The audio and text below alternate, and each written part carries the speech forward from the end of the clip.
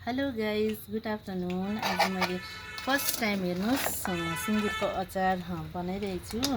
सुँगुरको मासुको अचार बनाउनु त मैले धेरै 1 वर्षदेखि नै बनाउँछु, तर मैले कहिले पनि यसरी युट्युब च्यानलतिर हालेको थिइनँ र आज फर्स्ट टाइम मलाई किनभने बनाएर हाल्नु मन लाग्यो हो। धेरै कस्टमरहरूले भन्नुभयो तपाईँले यसरी अचारहरू बनाउनुहुन्छ, किन तपाईँले युट्युब च्यानलहरू बनाउनु हुँदैन, किन हाल्नु हुँदैन भन्नुभएर चाहिँ आज पनि एकजना दाजु आउनु भएको थियो होइन। एकजना दाजुले भन्नुभयो, बहिनी तपाईँको अचारको लागि हामी छुट्टी आउँदा पनि लिनु आउँछौँ, तर तपाईँले किन युट्युब च्यानलहरू नबनाउनु भएको भन्नुभयो।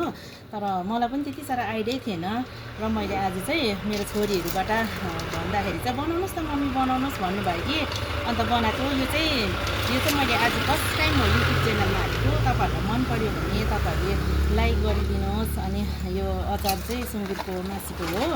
हेर्नुहोस् कति मिठो छ हो। यो फेरि अर्डर आएर मैले बनाएको हो। तपाईँले चिकनको पनि पाउनु सक्नुहुन्छ। अन्त म तपाईँलाई चिकनको पनि बनाउँदाखेरि म देखाउँछु तपाईँलाई। तपाईँहरूलाई देखाउँछु। तपाईँहरूलाई मन पर्यो भने तपाईँलाई मैले फोन नम्बर दिएको हुन्छु मुनि होइन, दिएको छु, र त्यो फोन नम्बरमा तपाईँले कल गरेर पनि लिनु सक्नुहुन्छ। नेक्स्ट भिडियोमा देखाउँछु म तपाईँहरूलाई स्टार्टिङदेखि नै म कसरी बनाउँछु भनेर। तपाईँले हेर्नुहोस् र लाइक गरिदिनुहोस्, सबैले मन पराइदिनुहोस् भन्ने आशा राख्छु। हुन्छ, बाई बाई।